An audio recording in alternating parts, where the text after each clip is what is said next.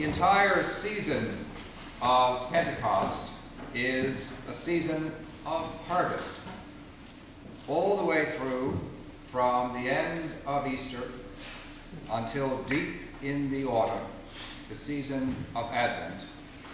We celebrate and we recognize the way in which it's possible for us to gather up the gifts of God within our lives. As far as I am aware, Christian faith is the only field in which the season of harvest is very, very much larger than the season of preparation. The proportion is delightful, which we might recollect if ever we get the feeling that maybe it's a bit tedious to have Pentecost so many times. Can't have too much harvest. But in order to be able to take advantage of that harvest, one obviously needs to know how to gather the particular fruit. Hart Perry is here, and therefore I will not look into that metaphor further because I'm likely to make a mistake. All I can tell you is you have to do it right. And if you want to know how to do it right, ask Hart, don't ask me. In the world of spirit, however, this time of the year, during Pentecost, we are informed what the best method is for understanding these gifts of the Spirit. And that is by means of forgiveness. That's why, back to back, we've had readings from Matthew last week and this week. Last week, focusing on the difficulty and yet also the responsibility within community of forgiving one another. And this week, giving us a clear understanding of where the impetus to forgive comes from. It comes from that place where we understand who we truly are. Most of us, particularly at moments in our lives which are difficult, understand two things about ourselves. The one is, we will not make it through as we hope to on the basis of our own strength alone. We look for another source of strength and resource.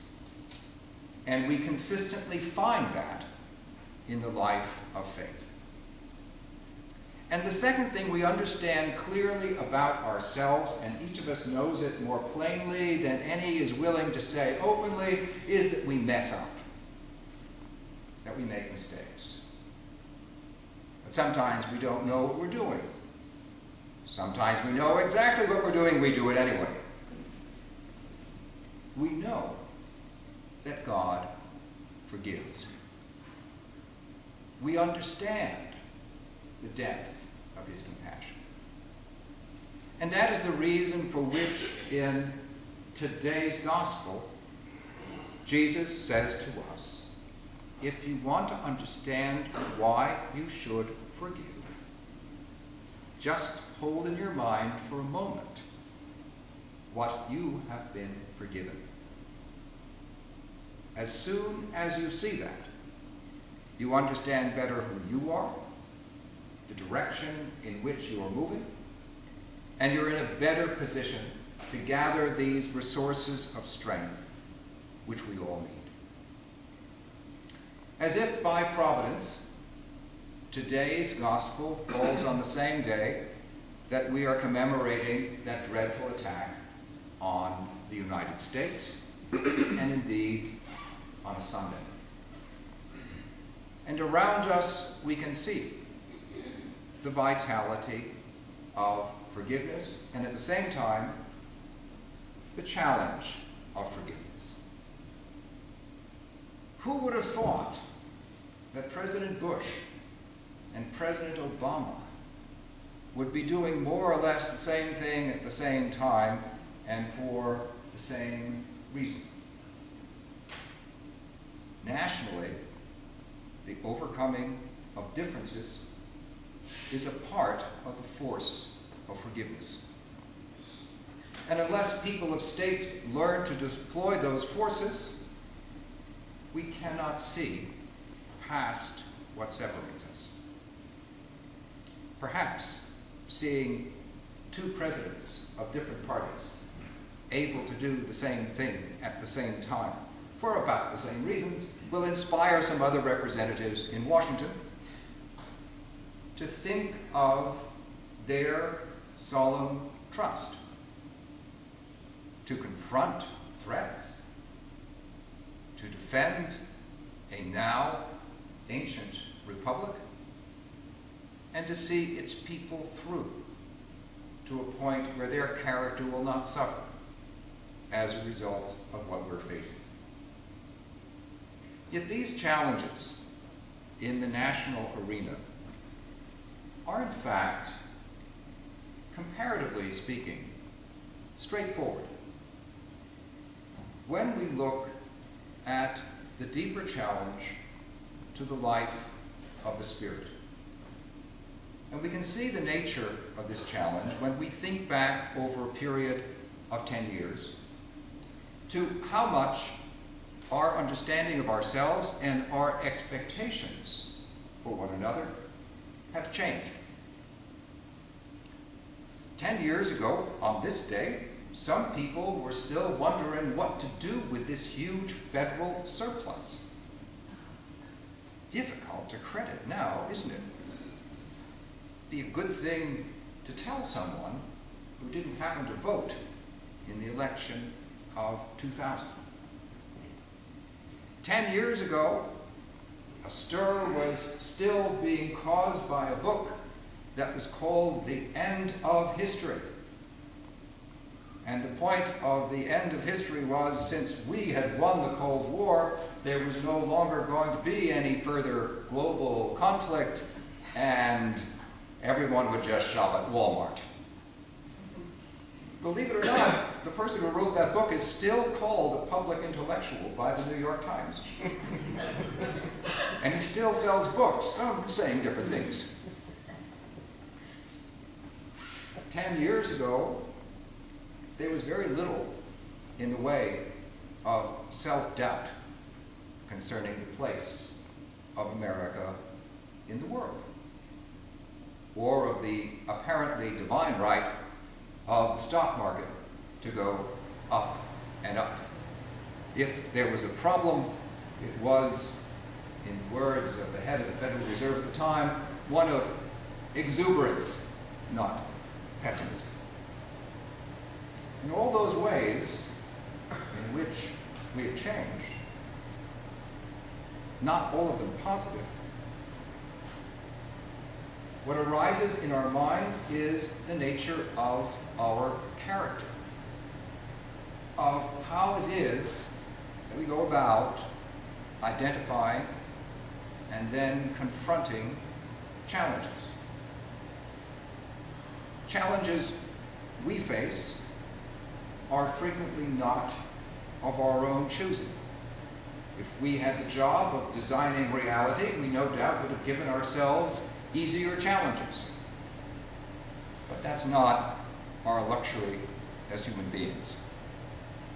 Our vocation is to understand the real threats to who we are, and to go about shaping a response that takes others with us in order to preserve that sense of what is right. The most moving words I heard this morning actually came from the chairman of the Joint Chiefs of Staff speaking at the Pentagon, who said that the only true victory coming out of the attack on the Twin Towers was that the terrorists did not kill the ideals that they sought to remove. Insofar as we remain true to them, we have gained the victory. And I think spiritually we can also say that that commitment to what we know to be true comes out precisely of the sense of character to which I referred earlier on. It comes from a place that informs us that because I am who I am, God provides me with more resources than I could have invented for myself. God also provides me with more challenges than I would have desired. I think that's true of everyone. Thank you very much. I'd like to pass today if I could is just not an option. But those challenges in themselves are there for a purpose. They deepen our resources in the light of faith, and ultimately they will see us through. And alongside that confidence in our resources, there also does need to come a profound willingness to forgive, the theme of this part of Pentecost. Now I know as soon as you talk about forgiveness, it's like when you talk about generosity. People will say, but Jesus only meant that for the individual. No, he didn't.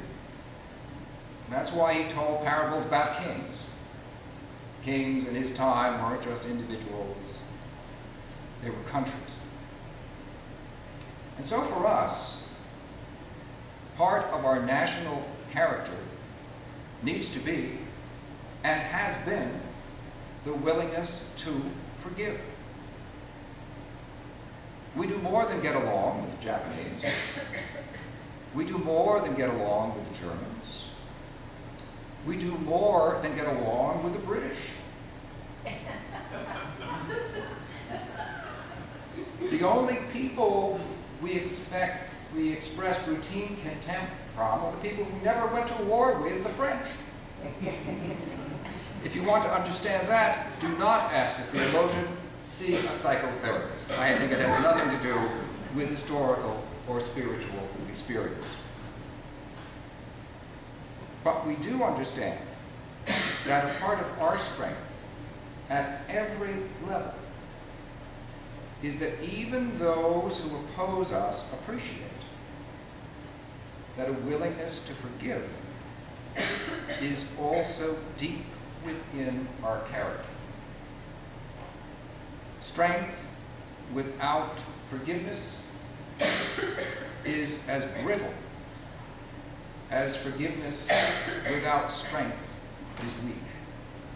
Both of them belong together as a part of the character of a healthy person and a healthy community.